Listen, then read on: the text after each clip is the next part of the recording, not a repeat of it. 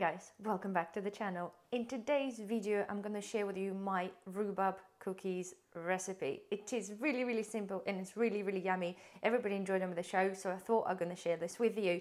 I am going to do the video and at the same time recipe will be published on my blog on my website, so check this out. So the ingredients guys we need is 2 cups of flour, 175 grams of soft butter, 1 cup of brown sugar, 1 cup of rhubarb. We have 1 egg and I have 2 tablespoons or so of lemon juice. And as a twist guys, you would not believe this what I'm using, okay? This is a glazed pop. This is a artificial caramel tasting topping for a popcorn, and I honestly cannot stress enough how much of flavor it adds to the cookies. You don't have to guys use that if you don't want to, but this is kind of my secret recipe and I've been adding on to the other baking items. It's pretty much like a sugar but with a really strong caramel smell and flavor. So anyway, this is my little secret giveaway really. So the first things first guys, rhubarb, okay? Washed rhubarb, and you have to cut it ideally as small as possible. So just to demonstrate to you, because we're making a bite-sized type cookie, as they all are anyway, you don't want your rhubarb to be too big of a chunks because it's going to be absolutely nightmare to mix it in with the mixture and actually spoon this into the baking sheet. So in all fairness, I normally cut this in half. It's all of course depending on the size of your rhubarb. Cut that into the half again. And then we chop this into tiny little, what kind of looks like a 5 milliliter squares. So this is kind of the tiny little pieces, size of a pea really we're looking for. So all I'm going to do is you guys, yes, cut up the a cup full. I already got a cup here ready. All we're going to do, okay, is we're going to put some lemon juice over the top. Okay, I'm going to mix it up. And we're going to leave this until we finish the dough. So basically it needs to sit here for about 10-15 minutes to soak up the lemon juice, soften it up. So whilst it's sitting there, let's get to the dough. So first things first guys, let's whisk butter and sugar together. So 175 grams of butter goes in. To be fair guys, because butter is quite expensive at the moment, I prefer to use one of those big tabs you can buy from Tesco's and all the other supermarkets. They're 2 kilos and they work out to be a little bit more cost effective. Yes, it's not 100% butter, however, they're always softer and they're pretty much ready to go anytime you need to bake. You don't have to worry about softening your butter and waiting for it to soften up. So, butter's gone in and I've put in my brown sugar. You guys can use half and half of white and brown sugar. You can use demerara sugar, you can use whatever sugar you want, but brown sugar seems to give this just that little bit more of a deeper flavor. So that's gone in. Let's close it up and whisk it together.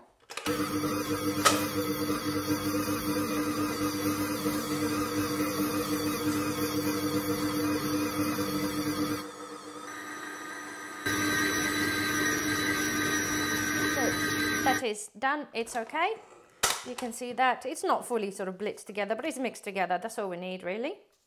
Okay, and then we're now going to add on 1 egg. And hopefully the shell don't go inside. Ooh. Oh god, every time you do something on camera guys, specifically for video, it just never goes right. Anyway, okay, so goes the egg. Mix the egg together too.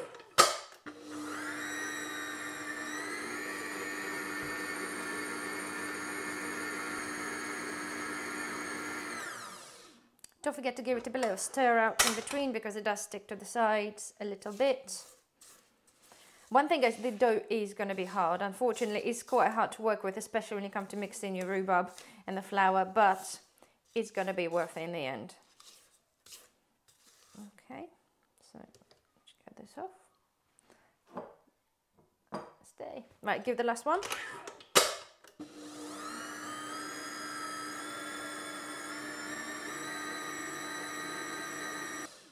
That will do. Let's now add flour. Okay, so 2 cups of flour going in.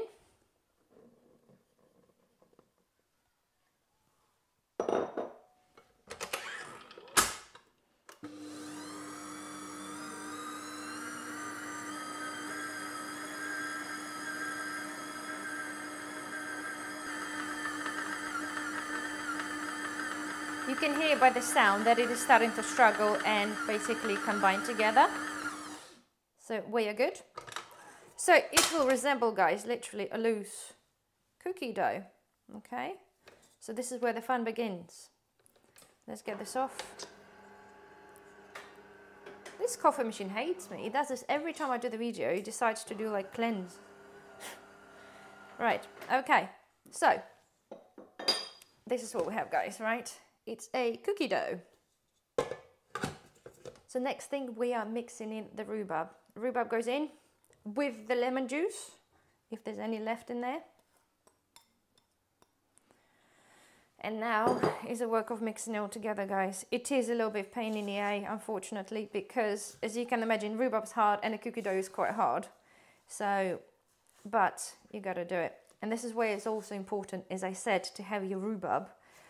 The smaller pieces, the better, just to basically make our life easier.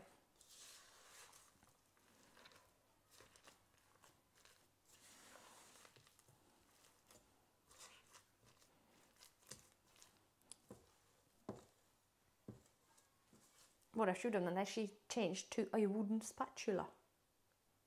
So, my wooden spoon that's 20 years old. It was a wedding gift. Right, give that a final mix up.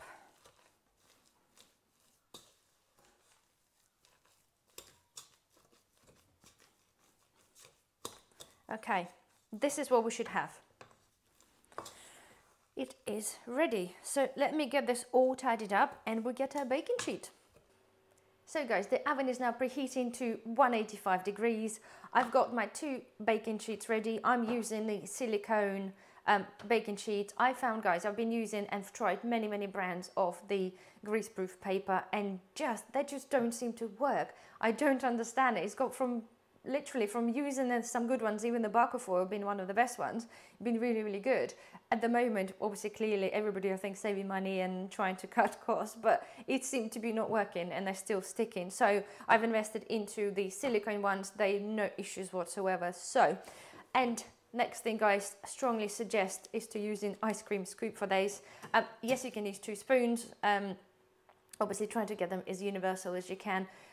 It's still very hard doing that anyway because it does stick because of the size of the rhubarb as well, and it just gets sticky inside it anyway. But I found this the best, easiest way to do this is to try to keep them semi-universal, is using that. Another thing, I've dispensed my glazing pop sugar type thing in here, so we will sprinkle this on the top of our cookies last minute before it goes into the oven.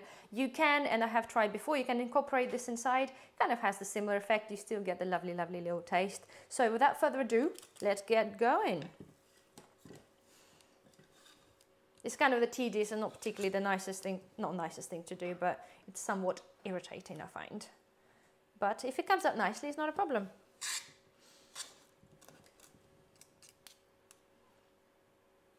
Space them out about 5 centimeters apart because they will spread a lot.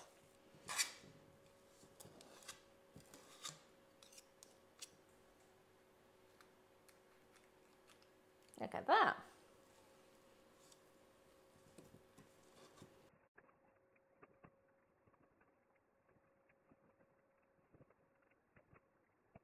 So, first tray is done. I'll have to do a couple of batches, but here we go. I've got the little one.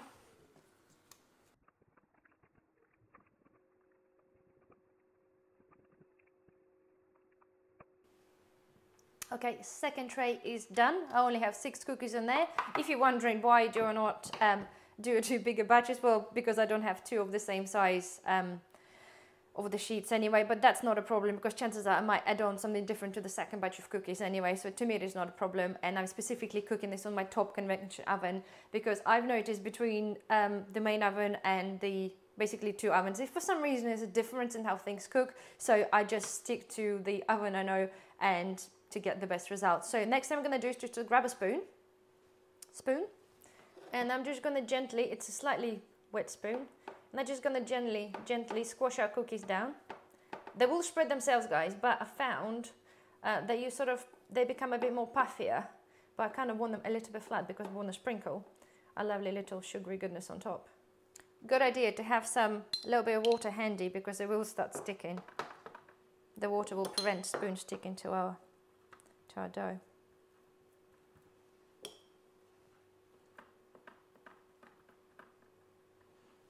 Okay, so got my little spoon stuck in there. Right, so next thing, guys, as simple as we're taking a little bit of our sugary goodness. You need to sprinkle just a tiny bit on top. Just a little bit, just a little bit, just to make them yummy and caramelized. As I said, if you don't have to use it, if you don't have to buy this, that's absolutely not a problem at all. It's kind of gone, guys, unfortunately, from having the organic cookie into having something that's got a little bit of E numbers, I think, anyway. But, as I said, it's a totally personal choice. Okay, so the cookies are now done. Let me just tidy up this one. And off they go in the oven for about 12 to 15 minutes.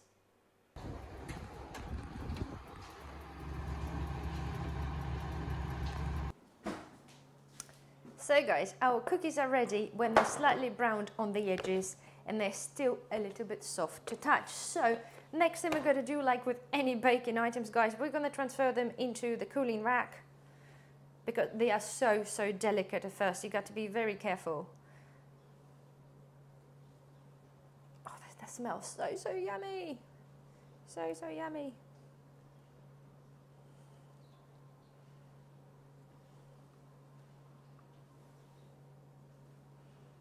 If we don't transfer them, guys, right away, they will sweat underneath and they'll become a little bit more soggy. And we don't want soggy bottoms.